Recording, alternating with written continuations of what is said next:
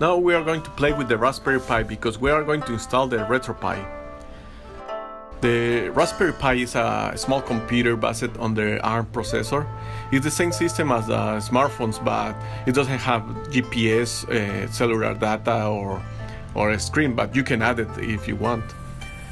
In this case, I'm using the Raspberry Pi 3 version B. It has 4 cores and 1 GB of RAM. I also added a heatsink because it gets really hot.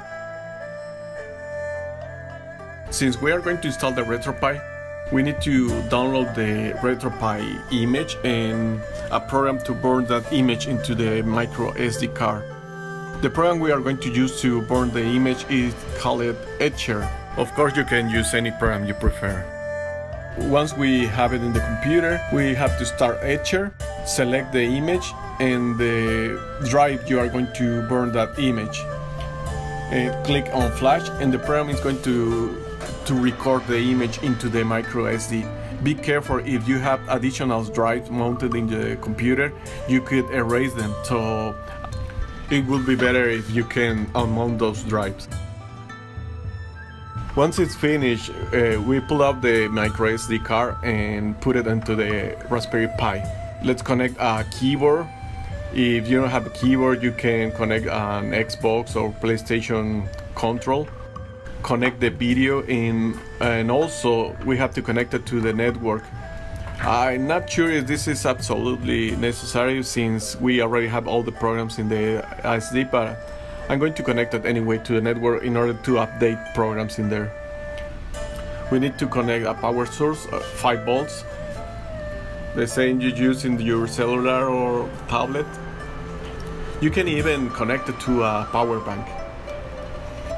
There is no power switch, so you have to just plug and unplug the power source. Once it's finished, you can see in the screen that it's going to ask you for the keyboard configuration. You could press any key on the keyboard so the RETROPI can detect you are using a keyboard.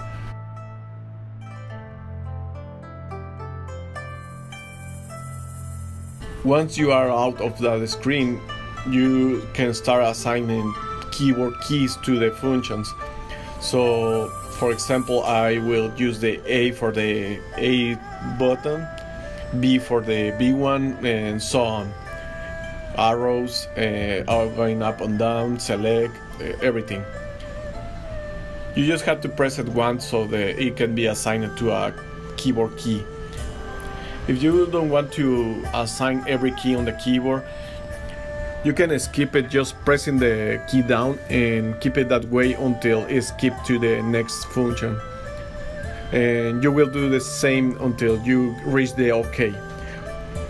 Once you are on the OK button, you just press enter and wait for it to get out from there. So once in the startup screen of the RETROPI, we need to add some games.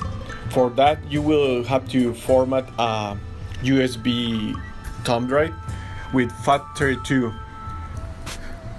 Then create a folder in the root of the drive, call it RETROPI.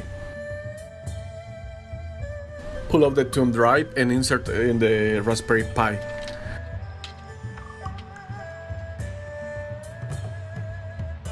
Wait a few seconds, it's going to blink all the lights. And after about 50 seconds, you can pull it out and put it back again in the computer. You will see that the Raspberry Pi had created all the folders it needs in order to load games. You will see a folder called ROMs. That's where you are going to put the games you have.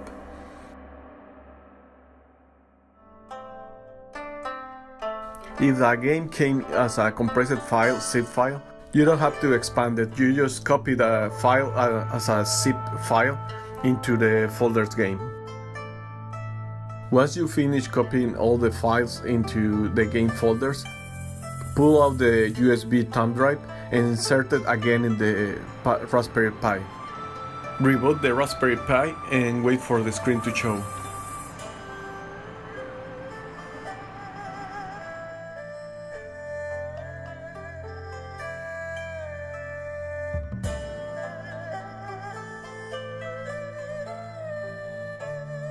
Now you should see the emulator for the games you copy in the USB.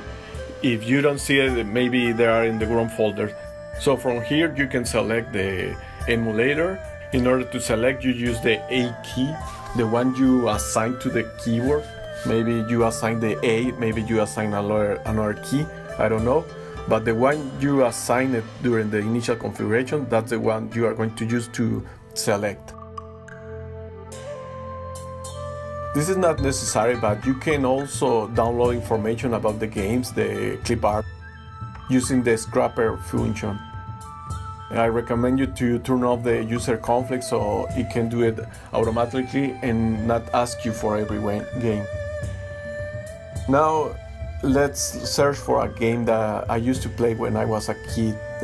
It is Alex the Kid. Here it is. In this moment I am using the keyboard, but once you're using a control like from Xbox or PlayStation, it's going to be a lot easier to play.